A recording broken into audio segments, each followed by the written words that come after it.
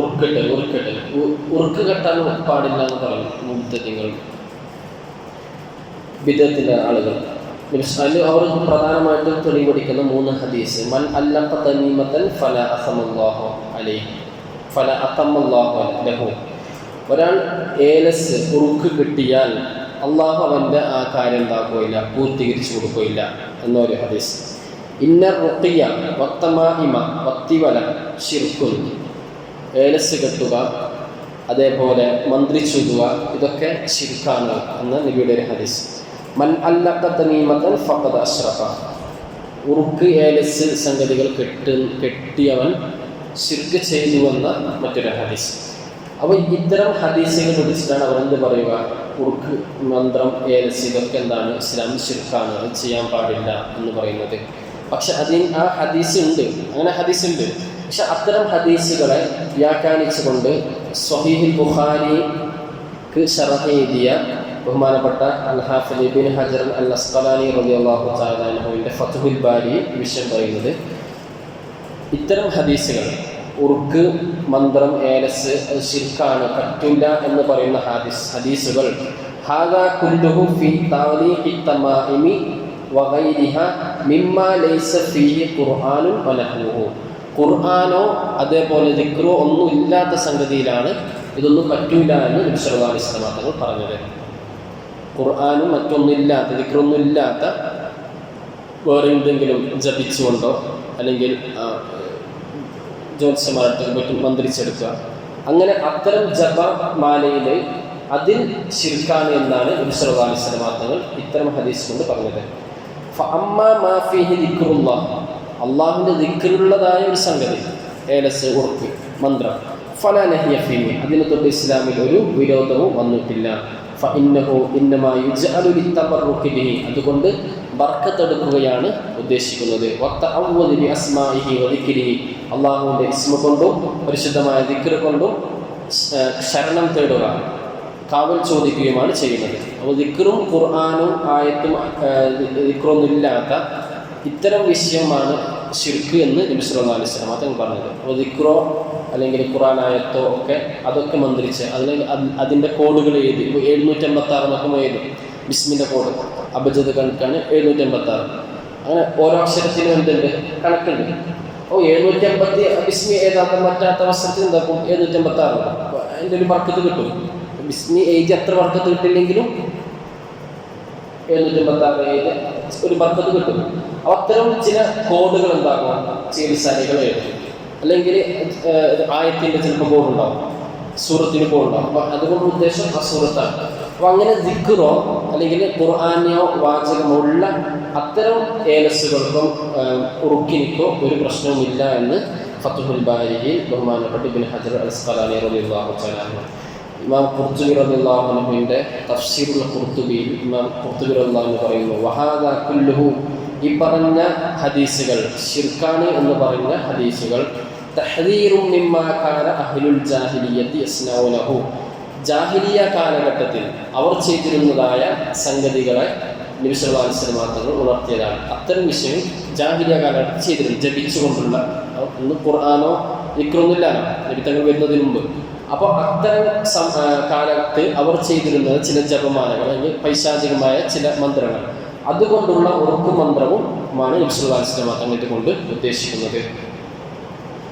മിൻ താലീഖി തമാഇമി വൽ ഖലാഇദി വയളുന്നൂന അന്നഹ തുഖീഹിം, അവർ വിശ്വസിക്കുകയും ചെയ്തു ഇവരുടെ ഈ ചരട് എന്താക്കും, ഇവരെ രക്ഷപ്പെടുത്തും. അല്ലെങ്കിൽ ഈ ഉറുക്കും മന്ത്രവും കാരണം ഇവരെന്താക്കും, ഇവരുടെ രോഗം മാറും അല്ലെങ്കിൽ ഇവരുടെ പ്രശ്നം മാറും എന്നവർ വിശ്വസിക്കും. പക്ഷെ അങ്ങനെയല്ല, മാറ്റുന്നതാരാണ്? അള്ളാഹുവാണ്. മനസ്സിലായില്ലേ? നമ്മളിപ്പോൾ ദിക്ർ ചൊല്ലി ഖുർആൻ ഓതിയിട്ട് അതുകൊണ്ട് നമുക്കെന്താവില്ല, ആ മഹത്വം കൊണ്ട് ആര് മാറ്റും? അപ്പോൾ മഹത്വം കൊണ്ടും പ്രശ്നമാണ്. അയച്ചു വെക്കണം, ഉറുക്ക് അയച്ചു വെക്കണം. മഹത്വം പോകുമ്പോൾ അയച്ചു വെക്കണം. മൊബൈലിൽ ഫോൺ ഉണ്ടെങ്കിൽ അത് ഹൈഡാക്കി വെക്കണം, കാണാത്ത രൂപത്തിൽ ഹൈഡാക്കി വെക്കാം. അങ്ങനെ അല്ല, ഖുർആൻ ഉണ്ടെങ്കിലും അതെന്താക്കാം, ക്ലോസ് ആക്കി ഹൈഡാക്കി വെക്കാം. ഖുറാൻ്റെ പേജുകൾ തുറന്നിട്ട് ഇങ്ങനെ പോകാൻ പാടില്ല. അതിന് മിനിമൈസ് ആക്കിയിട്ട് വെക്കുക, അല്ലെങ്കിൽ ഒരു ഹൈഡ് ആക്കിയിട്ട് വെക്കുക. അങ്ങനെ തന്നെ ഉറുക്ക് അരയിലുണ്ടാവും, ഇത് അയച്ചു വെക്കണം. കാരണം അതിൽ നിക്കറും ആയത്തും കാര്യങ്ങളും ഉണ്ടാവും.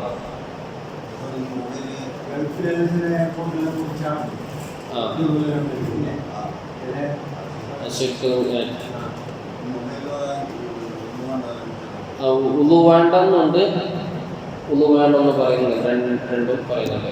കാരണം ഖുർആന് പേജ് ഇതെന്താണ്, ഹദീസാണ് എന്ന് പറഞ്ഞാൽ പുതുതായി ഉണ്ടാക്കിയൊരു സംവിധാനമാണ് പേജ് കൊണ്ട് പ്രിൻ്റ് അടിച്ച് വരുന്നത്. അതേപോലെ കാലം കഴിയുന്തോറും പുതിയ മോഡലൊക്കെ എത്തി, മൊബൈലിലൂടെ എത്തിനേക്കും. അപ്പോൾ ഖുർആൻ തൊടാൻ ഉളു വേണം എന്നതുപോലെ ഇത് തൊടാൻ ഉളു വേണം എന്ന് പറയുന്ന പണ്ഡിതന്മാരും ഉണ്ട്. ഉളു വേണ്ട എന്ന് പറയുന്നവരും ഉണ്ട്. കാരണം ചിത്രം പോലെ ഉളു വേണ്ട എന്ന് പറയുന്നവരും ഉണ്ട്. അത് നമുക്ക് സൗകര്യം, എന്നിട്ടും ഖുർആൻ ഓതാത്താലും ഉണ്ട്. അത് വേറെ വിഷയം. ഉളു വേണ്ട, ഖുർആൻ ഓതാൻ വെക്കുന്നില്ല, ഉളു ആവശ്യമില്ല. ഖുർആൻ തൊടുമ്പോഴാണ് ഈ വിഷയം വരുന്നത്. ഖുർആൻ മറിക്കുമ്പോൾ പേജ് മറിക്കുമ്പോൾ. അപ്പോൾ നമുക്ക് ഒന്നുമില്ലാതെ നമുക്ക് ഫോൺ തന്നെ എടുക്കാൻ പറ്റാത്ത അവസ്ഥ വരും. കാരണം ഖുർആൻ വഹിക്കുമ്പോൾ എന്ത് വേണം, ഒന്നും വേണമല്ലോ. അതെ. അപ്പോൾ ഒന്നുമില്ലാതെ ഫോണിൽ എടുക്കാൻ പറ്റാത്ത അവസ്ഥ. അപ്പോൾ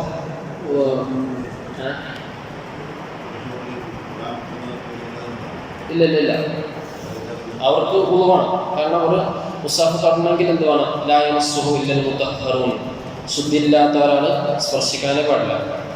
ഇത് നമ്മൾ ചെറിയ ഇത് പെണ്ണുങ്ങൾക്ക് ചിലപ്പോൾ ഒന്നും ഉണ്ടാവില്ല. ചെറിയ 3-ാം ക്ലാസ്സിൽ 4-ാം ക്ലാസ്സിൽ പഠിക്കുന്ന പിള്ളോട് പറയും, ദൈ മുസാഫാടെ വെച്ചിരും, അതെടുത്തിരും. പക്ഷെ ചെയ്യാൻ പാടില്ല. കാരണം കുട്ടികൾക്ക് പഠിക്കേണ്ട ആവശ്യത്തിന് മാത്രം ഉളു വേണ്ടെന്ന് പറഞ്ഞിട്ട് ബാക്കി എല്ലാ ആവശ്യവും എന്താണ്, കുട്ടികൾക്ക് ഉളു വേണം. അതെ. പഠിക്കേണ്ട ആവശ്യത്തിന് മാത്രമേ കുട്ടികൾക്ക് ഇത് മദ്രസിന് പഠിക്കേണ്ട ആവശ്യത്തിന് മാത്രം പഠിച്ചു കഴിഞ്ഞാൽ പിന്നെ ആടുന്നെടുത്തിട്ട് വെക്കുമ്പോൾ എന്ത് വേണം, ഉളു വേണം. അത് നമ്മളെ വീട്ടിൽ തീരെ പാടില്ല, കൊടുക്കാനും പാടില്ല, തൊടാനും പാടില്ല. കൊടുക്കലും ഹറാമും.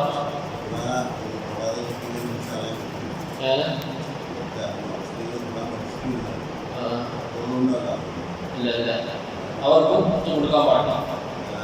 ഇസ്ലാമിലേക്ക് വരാതെ ഉമർ റളിയല്ലാഹു അൻഹു മുസ്ലിം ആവാതെ എന്താക്കിയിട്ട സഹോദരി ഫാത്തിമ റളിയല്ലാഹു അൻഹ മുസാഫ് കൊടുത്തില്ല. ഇസ്ലാം സ്വീകരിച്ചിട്ട് കുളിച്ചിട്ട് വേണം. ഇസ്ലാം സ്വീകരിച്ചിട്ട് കുളിക്കണം. കുളിച്ചിട്ട് ശുദ്ധിയായ ശേഷം കൊടുക്കാൻ പറ്റും.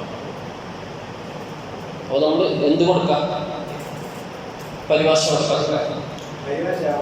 പരിഭാഷ ഒന്നുമില്ലാതെ തൊടാം. അതെങ്ങനെ, ആ ഖുർആൻ്റെ എഴുത്തിനേക്കാളും അർത്ഥം കൂടുതലുണ്ടാവണം, മലയാളത്തിൽ കൂടുതലുണ്ടാവണം. ഖുർആൻ്റെ അതല്ല, അത് പരിഭാഷ. ഖുർആനല്ല, മലയാളം നമ്മുടെ ഒരു ഇംഗ്ലീഷാണെങ്കിലും ആ പരിഭാഷ ഉണ്ടായാൽ മതി, കൂടുതലുണ്ടായാൽ മതി. അത് ഒന്നുമില്ലാതെ ഉണ്ടാക്കാം, തൊടാം. കാരണം അത് ഖുർആൻ്റെ ഇതിൽ വരില്ല, പരിഭാഷൻ്റെ ഒരു രീതിയിൽ വരുള്ളൂ. ഇനി ഇമാം ഖുർത്തുബി റളിയല്ലാഹു തആല പറയുന്നു, ഇതൊക്കെ എന്താകുന്നു, അതായത് ഈ ഉർക്ക് നമ്മളെ രക്ഷപ്പെടുത്തും, അല്ലെങ്കിൽ ഈ മന്ത്രം നമ്മളെ രക്ഷപ്പെടുത്തും. ഈ മന്ത്രം മാത്രം, ആരല്ല, അള്ളാഹു അല്ല. അങ്ങനെയൊക്കെ ഉദ്ദേശം ഉണ്ടെങ്കിൽ പറ്റില്ല, ഹറാമാവും, ചെയ്യാൻ പാടില്ല. എല്ലാം രക്ഷപ്പെടുത്തുന്നവരാണ് അള്ളാഹുവാണ്. അതിനൊരു കാരണമാണ് നമ്മൾ മന്ത്രിച്ചോതുന്നത്, അതിൻ്റെ ബർക്കത്ത് കൊണ്ട്. നമ്മൾ മന്ത്രിച്ചോതുന്ന ഖുർആനത്തിന് ദിക്റിന് ബർക്കത്ത് കൊണ്ട്.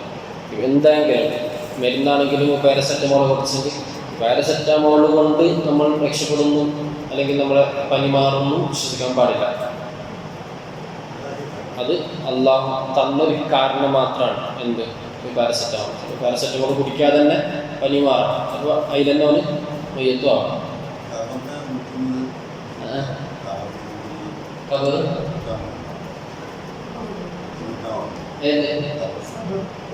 ശിർക്കാവ് ചോദിച്ചാൽ മൊത്തം കുഴപ്പമില്ല, നമ്മൾ ബഹുമാനിച്ചിട്ടുള്ള ഒരു ഇതാണ്. അതിൽ കവറിനിങ്ങനെ മുത്തനുണ്ട്, പച്ച അതിൽ വെക്കലുണ്ട്. അതായത്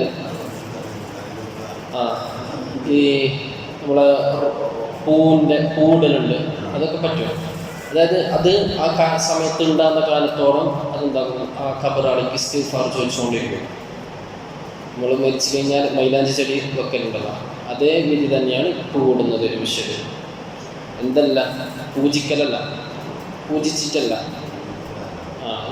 ചില മതത്തിൽ അങ്ങനെ ഉണ്ടാവും. പക്ഷെ നമ്മൾ എന്താക്കലാണത്, പൂജിക്കലല്ല. ആ സാധനം, ആ പച്ചപ്പ് ഉണ്ടാകുന്ന കാലത്തോളം ഉണ്ടാവും, അത് പൊറുക്കല ചോദിക്കും. അത് പൊറുക്കൽ. പിന്നെ വെച്ചിട്ടെടുക്കലുണ്ട്.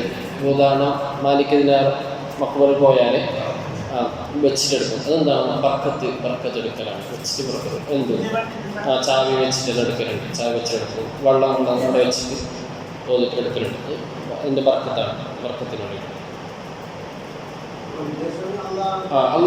അല്ല ഒരാൾക്കും എന്തില്ല, ലാ ഹൗല വലാ ഖുവത ഇല്ലാ ബില്ലാഹ്. ഒരാൾക്കും ഒരു കാര്യം കൊണ്ടുവരാനോ ഒരു കാര്യം തടയാനുള്ള കഴിവില്ല. ആർക്കും മാത്രം അള്ളാഹ്. ബാക്കിയുള്ളതെല്ലാം ഒരു സഹായം തേടുക കാരണം മാത്രമാണ്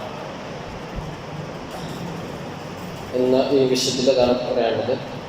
ഇനി വയറുന്നൂന, ജാഹിലിയ കാലഘട്ടത്തിൽ അവർ വിശ്വസിച്ചിരുന്നു, അന്നഹ തുഖീഹിം, ഈ മന്ത്രങ്ങൾ ജപിച്ചത് ഇത് അവരെന്താക്കും, രക്ഷപ്പെടുത്തും എന്ന് അവർ ജാഹിലിയ കാലഘട്ടത്തിൽ വിശ്വസിച്ചിരുന്നു. തസ്രിഫു അൻഹുമുൽ ബല, അവർ മന്ത്രിച്ചൂടിയ ഈ ഉറുക്കും മന്ത്രം മേലസൊക്കെ ഇവരെ ബുദ്ധിമുട്ടിൽ നിന്ന് തടയും എന്നും അവർ വിശ്വസിച്ചിരുന്നു. അതുകൊണ്ട് അത് പറ്റില്ല. അതാണ് നബി സല്ലല്ലാഹു അലൈഹി വസല്ലം തങ്ങൾ വിരോധിച്ചത്. ശിർക്ക് എന്ന് പറയുന്നത് ആ വിഷയമാണ്. വദാലിക ലാ യസ്രിഫുഹു ഇല്ലല്ലാഹു അസ്സ വജല്ല, അല്ലാഹു അല്ലാതെ ഒരാളും തട്ടിമാറ്റാൻ കഴിവുള്ളവൻ ഇല്ല. അല്ലാഹുവാണ് ഏതൊരു ലാ മാനിയ ലിമാ അഅതൈത വലാ മൂതിയ ലിമാ മനാഅത വലാ റാദ്ദ ലിമാ ഖളൈത വലാ യൻഫൂദൽ ജദ്ദി മിൻകൽ ജദ്ദ്.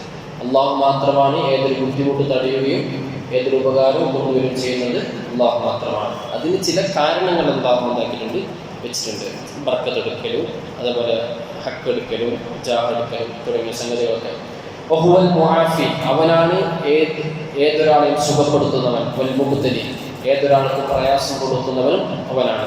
ലാ ശരീക ലഹു, അവനിക്ക് യാതൊരു പങ്കുകാരനുമില്ല. ഫനഹാഹും റസൂലുള്ളാഹി സ്വല്ലല്ലാഹു അലൈഹി വസല്ലം, അപ്പോൾ നബി സല്ലല്ലാഹു അലൈഹി വസല്ലം തങ്ങൾ നിരോധിച്ചത് അമ്മാ കാനു യസ്നഊന മിൻ ദാലിക ഫീ ജാഹിലിയതിഹിം, അവർ ജാഹിലിയ കാലഘട്ടത്തിൽ ചെയ്തിരുന്നതായ അവരുടെ ഉറുക്കും മന്ത്രവും അത് അവരെ രക്ഷപ്പെടുത്തുമെന്ന ആ ഒരു വിശ്വാസത്തെയാണ് നബി സല്ലല്ലാഹു അലൈഹി വസല്ലം തങ്ങൾ നിരോധിച്ചത്. പിന്നെ അവർ ജപിച്ചിരുന്നതായ ചില സിഹിറിൻ്റെ അല്ലെങ്കിൽ പൈശാചികമായ മന്ത്രങ്ങൾ അതും ഉണ്ടാവാൻ പാടില്ല. രണ്ട് വിശ്വാസമാണ്. ഒന്ന് ദിക്ർ, ഖുർആൻ ദിക്ർ ആയത്ത് കൊണ്ട് മന്ത്രിക്കുക. മറ്റൊന്ന് ഇത് കാരണം അള്ളാഹു നമ്മുടെ രോഗങ്ങളൊക്കെ ശരിയാക്കി തരും. അങ്ങനെ വിശ്വാസമാണ്. ഇതാണ് ഈ വിഷയത്തിലുള്ള അടുത്തത്.